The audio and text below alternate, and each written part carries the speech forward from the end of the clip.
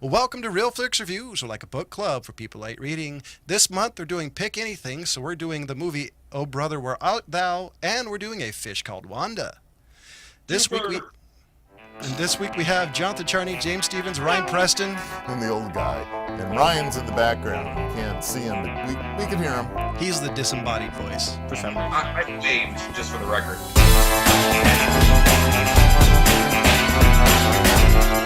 And so who has the description for the movie Oh Brother, Where Art Thou? I'll read it. In the Deep South during the 1930s, 3 escaped convicts search for a hidden treasure while a relentless lawman pursues them. Do you know what amazed me about this movie? Is this was a play after the movie, like years after the movie. Because this movie to me is set out like every interaction is an act. And when they're walking or the road seems to be, like building up to it. So it seems to me that this is more like just a play being filmed. Well, that's really what it is. It's based off of Homer's Odyssey, which I want to know actually how many of the viewers that have watched the movie actually knew about Homer's Odyssey and had read it before. I read it in elementary school. Yeah. Unless if they even knew. Yeah, if I- they you know, knew it. But But my it's been a favorite couple of character dozen is movies. Babyface. Babyface. Yeah, for sure. George- I got George the Nelson. notes. Yeah. Look, Oh, I love man, the ending of love Didn't it. didn't he do that well? I mean, Yeah, he did. He totally really did. did. You know, there are a lot of... You mean Tim Nelson? huh? Yeah. Tim Nelson. Was it Tim Nelson? Tim No, Nelson. George Nelson. No, Tim. That's not him. George, Babyface Nelson. No, that's not the actual actor. actor's name, the He's character's name. Oh, the character's name. Yes. Character, George. Because I love the Yeah, fact Tim that he. Blake Nelson. I love the fact. Tim Delmar Nelson's Delmar. O'Donnell. Yeah. I love how the actor played him, all excited for stuff to happen, and at the end of it, he's like, well, "I don't really need this. I don't need this." And You know, I gotta say, I really enjoyed George Clooney's character. I think this is probably his goofiest and One of his best. one of his best roles that he's ever done. And True. you know, I was trying to look up to see, did anybody find out if he actually was singing for most of those? he couldn't have No, been. he wasn't. He practiced for a long time, but ended up getting dubbed by a country artist. Okay, Right. I was trying to figure that out, and I didn't have the time to get that all. Yeah, I they can- tried. They tried in the beginning, and so he was. He was singing it in the movie was dubbed, but he was Yeah. actually still singing. Yeah, I just didn't think We it was didn't his get to hear voice. his singing. It didn't sound No, anything it like wasn't him his to voice. me. Yeah, this guy played George Nelson. Oh yeah. Yeah. So anyway, sorry. Just a little clarification on one Got of the it. characters. George Nelson was played by Michael Battalucci. Ballalucco. I don't know, I don't something know. like that. It's just- Don't make me swim with the fishes over it. Ballalucco. Anyways, I really enjoyed this film. I like the music of it. My wife, she worked in retail for a while, and I guess they played the soundtrack at her work a little bit too much, and she can't stand the soundtrack. But this is the first time she watched the movie, and she enjoyed it. Yeah. So I think it's a surprise for a lot of people. If if you didn't see this when it was in the theaters, and you just all of a sudden are, all right, let's see this. This is such a non-Clooney movie that you kind of go, oh my goodness, the guy can actually act. yeah. And I think for one thing also is the name "Oh Brother, Where Art Thou" doesn't really tell Right. you anything about the movie. So No, if you don't see the trailer, this is a very unknown. Which I actually kind of like the fact that even though I saw the trailer, you going into it, you don't 100% knowing what it's about. I really liked that. Yeah, I Well, gotta what's- say, go on. No, I was going to say what's funny to me is that you not even knowing that it's about the Odyssey. You know what I mean? Like if you miss the credit where Homer is credited as writer. Yeah. Which obviously isn't in the beginning, but if you don't know that this movie is based on that, you're just thinking this is the greatest story ever made. Yeah, exactly. Probably. Not knowing that it came from one of the best pieces of literature ever. Well, I was kind of looking for the monsters, and the one I couldn't find was Scylla. Was the Okay. thing that kept ripping people off the the boat in Yeah. the Odyssey. So how many of the creatures could you find? Because you had the Cyclops, it was John Goodman's character. Yep. You had the Right. Sirens. Yeah. Right. So who else was in there? Because those are the two that I remember. Well, shoot, there was a ton of them. Well, the old man on the push cart Prophet. was from the underworld thing. Yeah. Yeah. There's River Styx, Boatman. Yeah. Right. Let's see what else. I picked up a couple of obviously turning him into a frog. I can't remember what the hell he got turned into, but one of Odysseus' Toad. people got It turned was into a something. toad. We thought you got turned into a toad. What? Oh, that was the greatest scene ever with the siren. Oh, it was the best. But No. That was in the theater. scenes- In the theater, we That was thought the- you got turned into a toad. Yeah, because right before that he was saying, "Don't go for the treasure." Yeah. In the movie. Oh, I love that scene. That was probably one of the best scenes. And the cast, the three main people are amazing. I mean, you had George Clooney, John Turturro, and Tim Blake Nelson. Dapper Dan, a little dabble do ya. Oh my gosh, dude! When he's going back and forth with the general store guy, I don't want fop. I'm a Dapper Dan. That was the greatest scene. Every one of the scenes that you're watching is something that you're looking forward to the next one. You know. Jen, she was watching the movie, and oh gosh, I think it was when they got kicked out of the store with his wife. Oh, yeah. They got kicked out of the. Oh, what was the name of the store? Starts with a W. The Woolworths. Woolworths. Yes. Thank you. When they got kicked out of Woolworths, my wife goes, "Man, this is strange." I said, "It hasn't even gotten strange yet." And then when they go into the OEO, with the KKK, I'm like, there we go. Now it's gonna get weird for you. That part was hilarious because you doing all the dancing and all the random stuff. It was Quite a production one. I kind of wonder if The Quentin KKK. Tarantino kind of got like a little bit of like comedy vibe from that. Possibly, I don't know. But like Ryan was saying, is there's a lot of those little tiny interactions, and I mean, outside of George Nelson, my other favorite character is the black guy, Tommy Johnson. Oh, the guy who sold his soul. Yeah, the guy who sold his soul at and I meant to get into the thing of the Crossroads demons, but that was something they believed in the South. They really thought that at the Crossroads you could sell your soul. Legend off. Sorry. Go on. Yeah. Oh, I'm saying it was actually a legend based off of an actual guy. Yeah. Whose name was Tommy Johnson, and according to the legend, sold his soul to the devil at the Crossroads. And then another guy whose name I'm not going to remember, who's another blues artist, actually wrote a song about it. And then everybody started thinking it was the second guy. But for all accounts, the guy that wrote the song, as far as he knew, the Anything like the guy. Tommy Johnson guy sold the devil. Oh, I should say we're like missing him, one though. really Oh, yeah, it is important good. part of this movie is this is a Coen's brother movie. Oh yeah, this is my favorite Yeah. Coen's brother movie. That's of all time. That's why I Yeah. picked this movie to begin with. Is it's end to end one of the most entertaining things I've ever seen ever. Yeah. This is by far and away George Clooney's best movie. The cast of characters is freaking a rogues gallery. Yeah. It is. It And is. and the reason And again, I think the title did a little harm to the movie, as far as I'm concerned, until people started going to the theater, stumbling into it. Well, I think. All of a sudden, they go, "Oh my God, you got to go see Well, this it movie." became a cult thing. Yeah. Back in early 2000s. Yeah. Gosh, was it really that? yeah. long Yeah. ago, man. Anyways, but it became like a real big cult following. Everybody. I remember everybody kind of throwing out there for years after. Have you seen "Oh Brother, Where Art Thou"? And you're Yeah, going, well, "What?" the funny thing was, you guys mentioned the Duh. soundtrack. The soundtrack became bigger than the movie. It did. Yeah. I mean, it got to #1 on Billboard. Oh, yeah, I I mean, can there totally was see people that. doing Oh, the yeah. Soggy Bottom Boys covers all over the Oh, place. sure. And I've heard people doing it karaoke. Yeah. That's Can awesome. you believe that? I can. And I got to say that was what James said earlier about how with the Dapper Dan scene, how every scene you really liked was the sole reason why I actually thought this was originally a play. Is because every scene was not only jam packed but was really well written.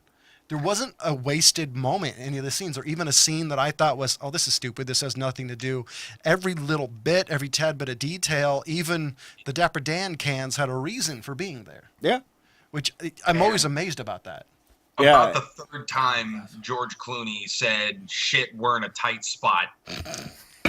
Oh man, dude! I mean, it's those little lines throughout this movie that just make it like one of the most memorable things ever. My favorite tight spot was the one at the second barn when they were outside of it. Shit, we're in a tight spot. So yeah, good. And that guy also is another really great actor. I'm trying to pull him up. And the kid. Oh, the guy who stole his dad's like model. Yeah. Oh yeah. We're gonna RUNNOFT. That's right. I love that. That one. That he did a really good makes job. me Really crack did. up every single time. I know, it's just really funny, and fortunately, I don't see a picture. So, of the do you young think man. this helped change Clooney's career, where Joel Schumacher tried to kill it? You know, I think it revived his career because he was kind of running out of stuff in the late 90s or in the early 2000s, and this one I think gave his career a little boost. I don't think it did a lot, but I gave it a boost. I think it actually sort of solidified him with the younger generation. Yeah. For people who didn't like his dumb shit from what was it, General Hospital? Yeah. No, it was ER. Like, ER, that's right. 20-something-year-old dude who was watching General Hospital. I mean, the ER. Clooney became Wrong show? Clooney became He was a on guy ER. at this point doing this movie. Yeah. Because after Batman and Robin, which was in '97, I mean, he did like The Peacemaker. He was on Peacemaker. Out of Sight, Thin Red Line. So he did some Three Thin Red Kings Line that was for a good some movie, reason too. is a big hit with people. Hey, So Three Kings is a good movie. Yeah. So he actually did some good stuff, but I actually I could see why this movie would kind of make him a celebrity, just because this is completely different, I think, from everything he did before, including the TV show ER. Well, it was almost self-referential of his character. I mean, a character who's really kind of too cool for school and thinks he's smarter than everybody else, and it's almost making fun of that sort of persona with the context of the movie. Oh, totally. And I love how the fact that his plans kind of always go awry. Well, I was trying to find one of my favorite lines, but it was when he was talking to his wife, and she goes, and the little girl goes, "That's my daddy? No, your daddy got run over by a train." You ain't nothing but a grease spot. Yeah. You ain't bona fide. Yeah, that whole interaction scene right there with the girls and him. Oh man, that whole thing just always gets me rolling. Just because how quick-witted they deliver the lines. Oh yeah, they're fast. I mean, they're It really was quick-paced. quick-witted, and if you weren't paying attention, you missed the jokes. Oh, Yeah, I mean, there's a lot of those moments, a little back and forth with a lot of the characters that I mean, you'll just miss stuff. I mean, that's why it's so much fun to watch it a second, third time. One of my favorite characters in this was Stephen Root, who's a great character actor. He was the guy that played the blind radio. yes, Right. I loved that. That Right. was one of my favorite scenes. Did you look at his picture in IMDb? Yeah, Stephen Root? Yeah, they give Oh him a man, it must have glam been shot. a photo of him from about 30 years before the movie. Oh yeah, well, I mean, he's pretty much known for playing what's his name, Dale, I think, from King of the Hill. Oh, Yeah. is that him? Right. Yeah, That's hilarious. I Yep. didn't even pick that up. yeah, but also you mentioned Dale news Dribble. radio, right?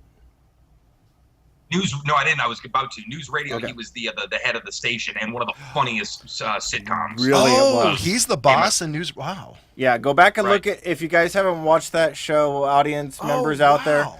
go check that show out. Start from the beginning. Great show. Yeah. I loved the whole bit in the radio show when they said we're all we're all black except like our fellow over here, and the guy's blind but they're still pointing. What was that? He's nearsighted. Yeah, nearsighted. Close enough. Almost flat blind. Right? So Yeah. in the because this is kind of a jam-packed episode, James, what do you give this? You know, this one is one of those rare fives for me. If I run across someone that hasn't seen it, I tell them turn around and go watch it. Ryan? Oh, sorry, I had to mute you guys for a second. So what do you give this? Well, this guy's. Oh man, this is a 5 out of 5 for every good reason. Mm. Rob? Yeah, how can I not give it a 5? I mean, it's a very enjoyable movie. Recommend it for anybody who just wants a good laugh. So yeah. I would also give it a 5 out of 5. And this is also a comedy and a musical, which is two things in one I'm not generally a big fan of, but it worked really well together. It was really well done. So generally, definitely give it a 5 out of 5. And we're going to switch to House of Cards Chapter 10 for probably a few seconds. Any notable things on this? My thought about Chapter 10 was the build-up to 11. It was really what it was to me. It's kind of like I said last week. They're really making each chapter so that it's dependent on the next chapter following. It's almost as bad as anime. Yeah, they really are doing that in this thing. And we're coming up to a dark twist for Francis. Yes, we are. Francis. And kind of interesting. I do kind of my favorite stand-up moment I think on this one was the fact that he was by himself, and by himself he's still a very dangerous individual, which I really like the fact that he showed I don't really need anybody. I liked that. This one for me, I think this one was more of a highlight of his wife putting her foot down. Yes. Just saying I'm tired of your crap. That's pretty much what it seemed like to me. Yes. And I loved it. I love the way she did it. She did it in a way that he really can't get mad at her over. He tried to. He tried, but she just pretty much just laid it out. This is not what our relationship's built upon. Yeah. And she rules it with logic.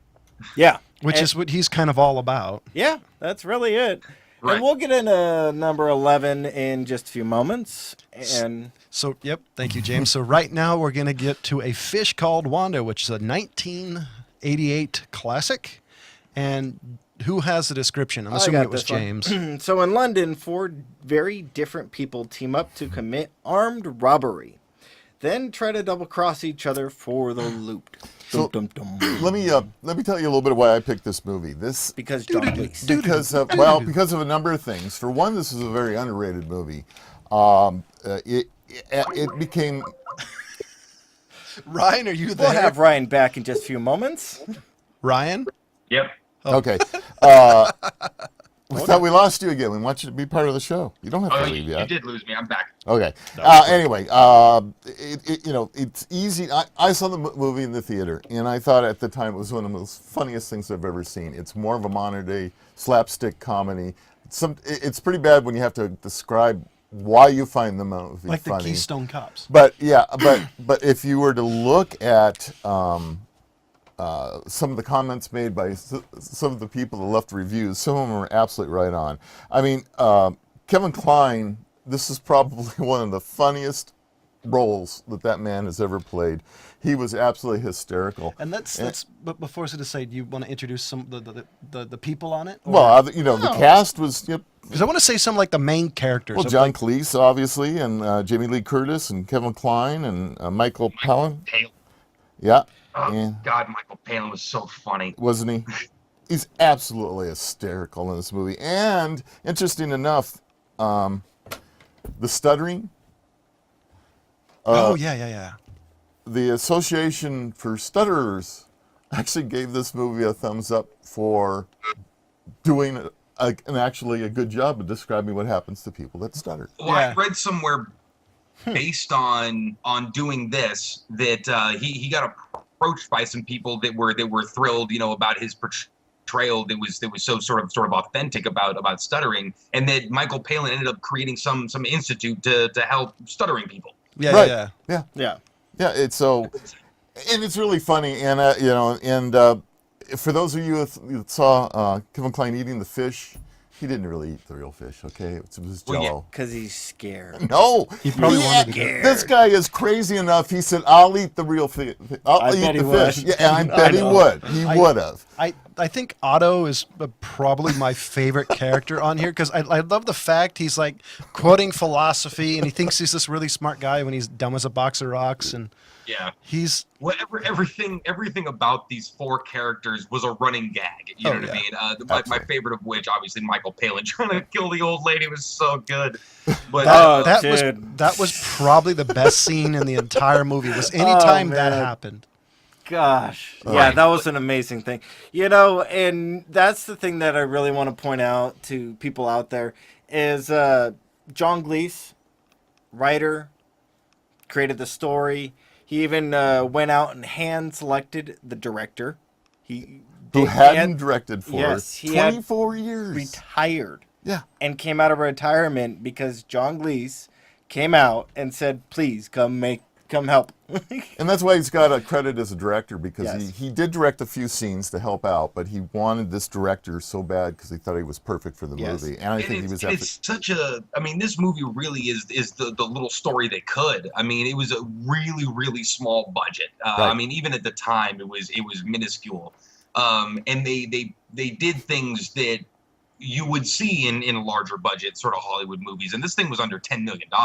right. I mean, grossed 8 times that much. Oh, it in made the so theater. much I mean, money. Anybody that bought into it has to be singing still today, because it Oh, made yeah. a ton of money, and it's still making a ton of money. It's just Yeah. amazing. And this was before the era of super mega movies like you have now with Marvel, whose budgets are $100 and something million. And they still suck. Yeah.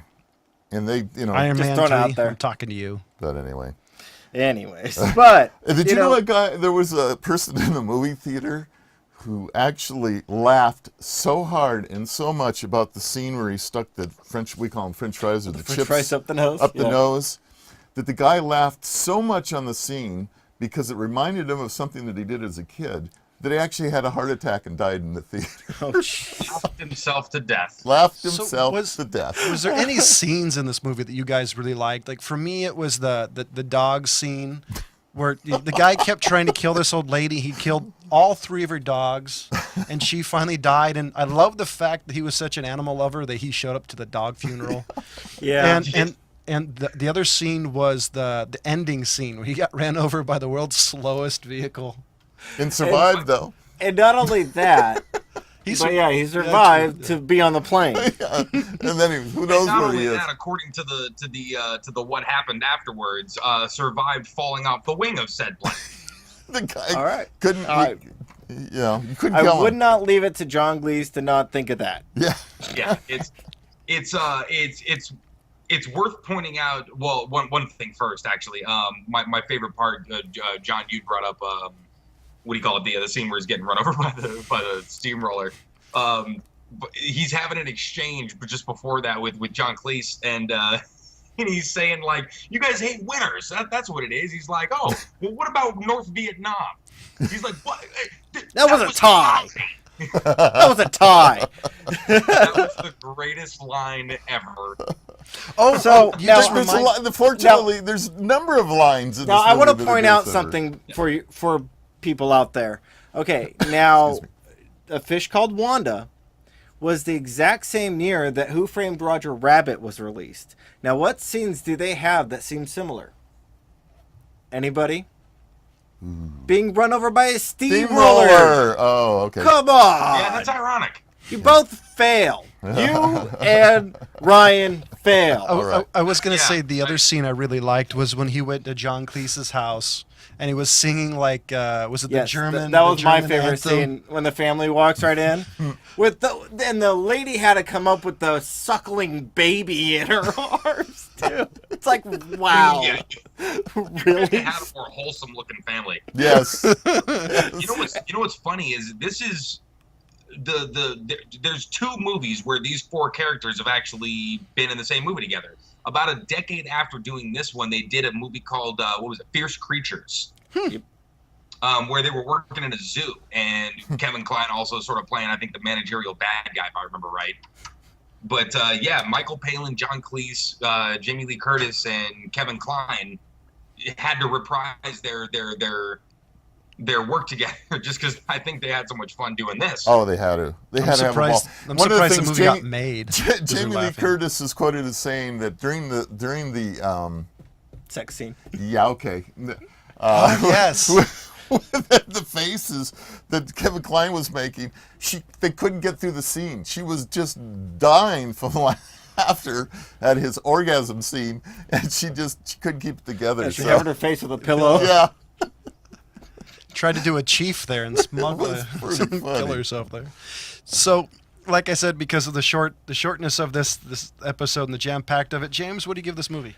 You know, this one, it's unfortunately only a 4 for me. I want to go higher. I don't know. There's just a few parts with him and his wife that kind of drive me nuts. To be honest. Robert. I'm going to give it a 5. I think it holds up just as well as the last movie we did, and it's way earlier. Yeah.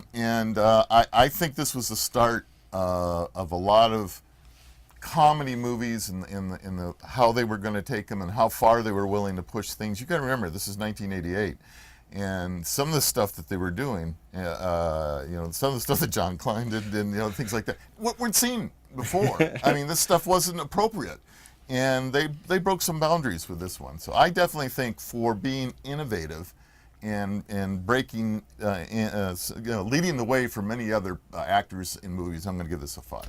Ryan? Man, before watching it, I was all ready to give it a 3 because I remembered it pretty fondly, but that's your memory could be a little clouded. Watching it again, man, I was surprised how well this movie held up, how funny the characters still were. This is a real solid 4. Like James said, maybe just a couple of little pacing issues with a couple of wife scenes, but again, sort of scene to scene, a really funny movie and really entertaining. One of the funniest out there. Yeah. Wow, this is where I come in. I give it a 3 out of 5. But you didn't really watch it. I actually watched listened to it.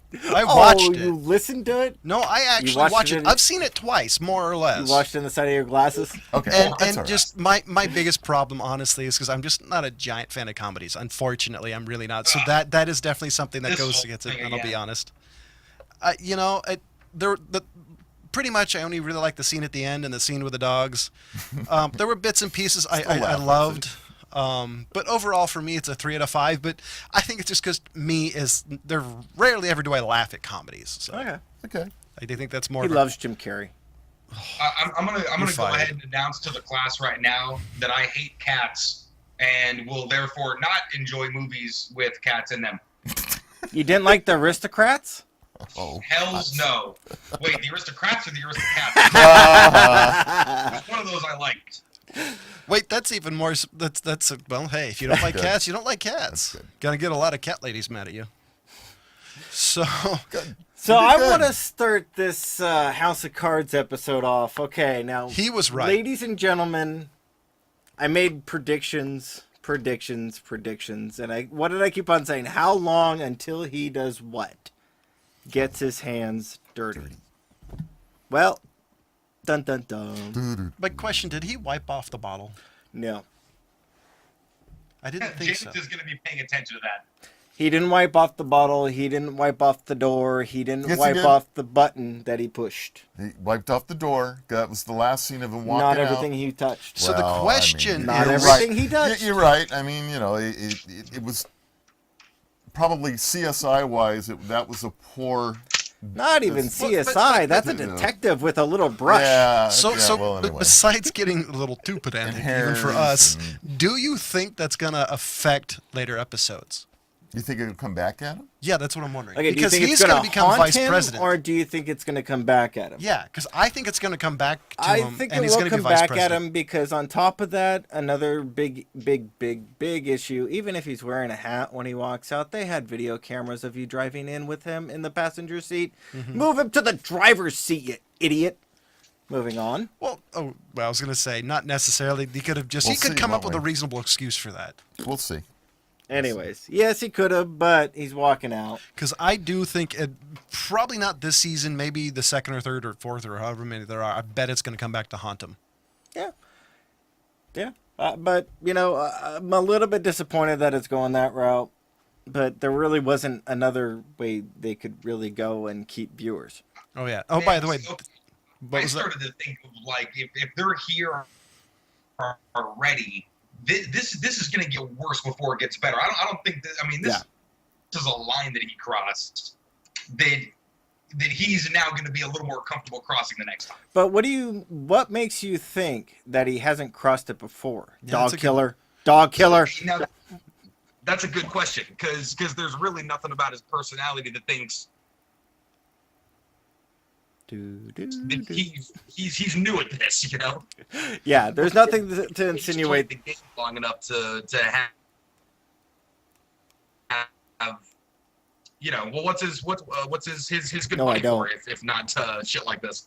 Well, because I think that the thing that I would agree with Ryan is, especially because when you see the car scene where he killed him, you see him pause and just start doing stuff. So obviously that's not new, because I've never been in a car and think, I'm going to kill this guy. Drink. I mean, Yeah. that So was it premeditated? I bet not premeditative, but I bet that was a plan B though. I guess my question is, he always has plans. well, not only that, but my point was that he's always got security personnel with him. Mm-hmm. Usually, Capitol Police officer is always his driver, is always there. So But I he's mean, gonna slip it. he had to figure out. I mean, if this was premeditated, he had to figure out the whole setup. How does he not have one of his security details with him?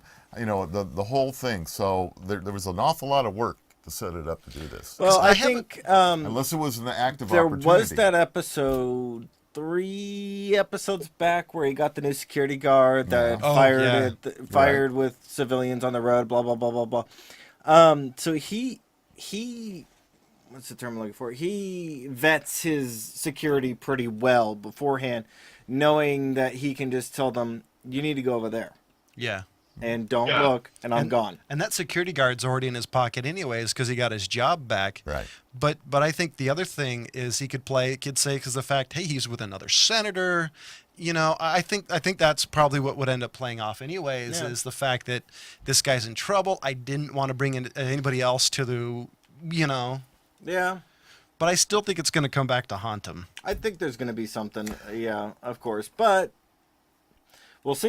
We'll But see. it- I figured he was going to get his hands dirty, and that was going to be the close of season 1. So- I will say that, damn, this TV show got dark quick. I mean, this wasn't just little bit, you know, like couple like half a season or 6 season, you know what I mean?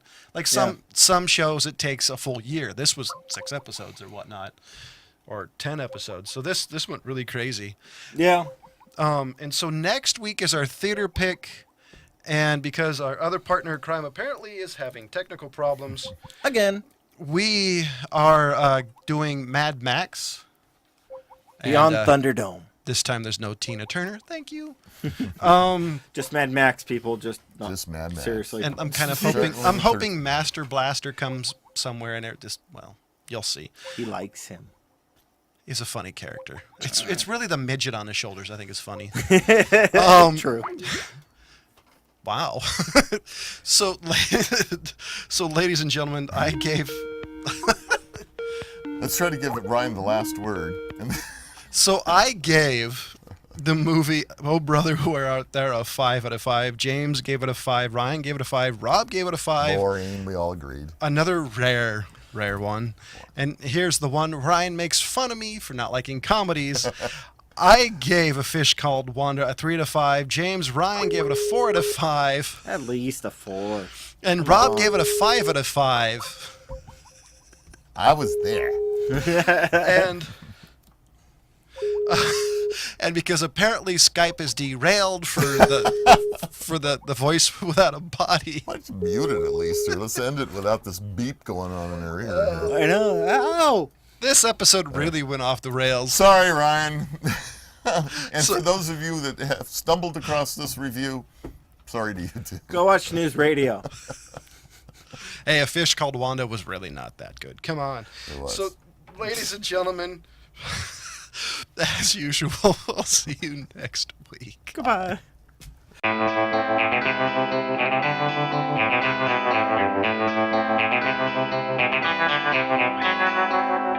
Thank you.